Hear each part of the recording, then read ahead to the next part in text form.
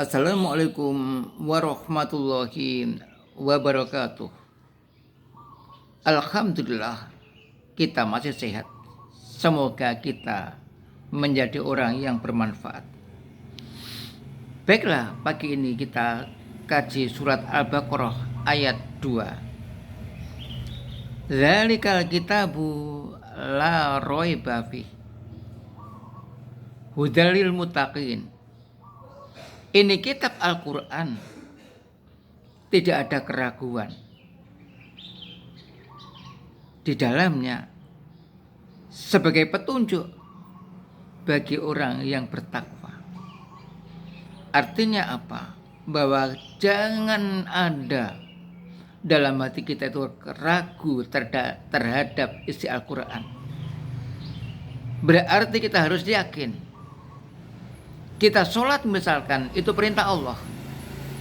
Kita yakin bahwa perintah Allah itu membawa manfaat bagi diri kita.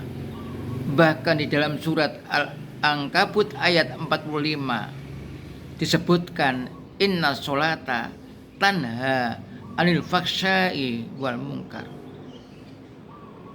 Sesungguhnya sholat dapat mencegah perbuatan keji dan mungkar. Artinya apa? Jika kita telah melakukan sholat, maka hati kita harus baik. Kita mampu mencegah perbuatan keji dan perbuatan jahat. Kita tidak terpikirkan untuk berbuat jahat dan berbuat keji.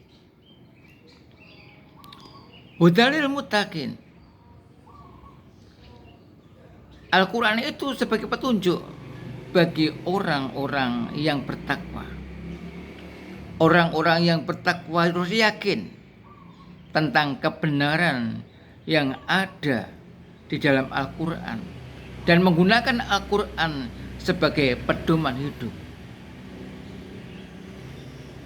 Nah, bila kita sebagai orang yang beriman, kemudian kita dapat melangkah ke dalam kelompok, ke dalam ruangan, ke dalam lingkaran orang-orang yang bertakwa, maka jadilah kita orang-orang yang akan mendapat kebahagiaan, mendapat tempat yang terpuji.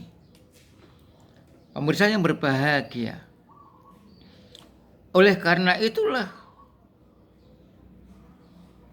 kita harus yakin akan kebenaran Al-Quran, yakin akan kebenaran ajaran-ajaran yang ada di dalam Al-Quran. Kita nggak usah ragu tentang datangnya hari kiamat. Kita yakin. Kita nggak perlu ragu tentang adanya surga dan neraka. Al-jannatu hakun wan naru hakun. Surga itu nyata, hak adanya. Neraka itu hak adanya. Jika kita ini yakin, tidak ragu-ragu, maka insya Allah semangat untuk melaksanakan kebaikan itu akan ada dalam diri kita dan kita terhindar dari sifat bosan. Pemirsa yang berbahagia, jadi memang kita harus yakin seyakin-yakinnya supaya tidak timbul kebosanan, supaya tidak timbul keraguan. Mengapa? Kalau timbul kebosanan dan timbul keraguan, maka di situ amal kita akan semakin berkurang. Bahkan amal kita akan hilang karena keraguan dan kebosanan kita. Mengapa bisa bosan dan bisa ragu? Sebab kita ada godaan, baik godaan dari hawa nafsu itu sendiri atau godaan setan. Nah, pemirsa yang berbahagia, mudah-mudahan kita menjadi orang yang yakin dengan apa-apa yang ada di dalam Al-Quran, dan kita yakin di dalam menjalankan kebaikan-kebaikan itu akan mendapatkan balasan dari Allah Subhanahu wa taala. Oleh karena itu, semangat untuk berbuat baik itu tidak sia-sia. Ragu dalam berbuat baik itu adalah suatu kerugian yang nyata. Semoga kita tetap yakin dan semoga kita dapat menjalankan perintah Allah dan menjauhi larangannya dengan kekuatannya. Wassalamualaikum warahmatullahi wabarakatuh.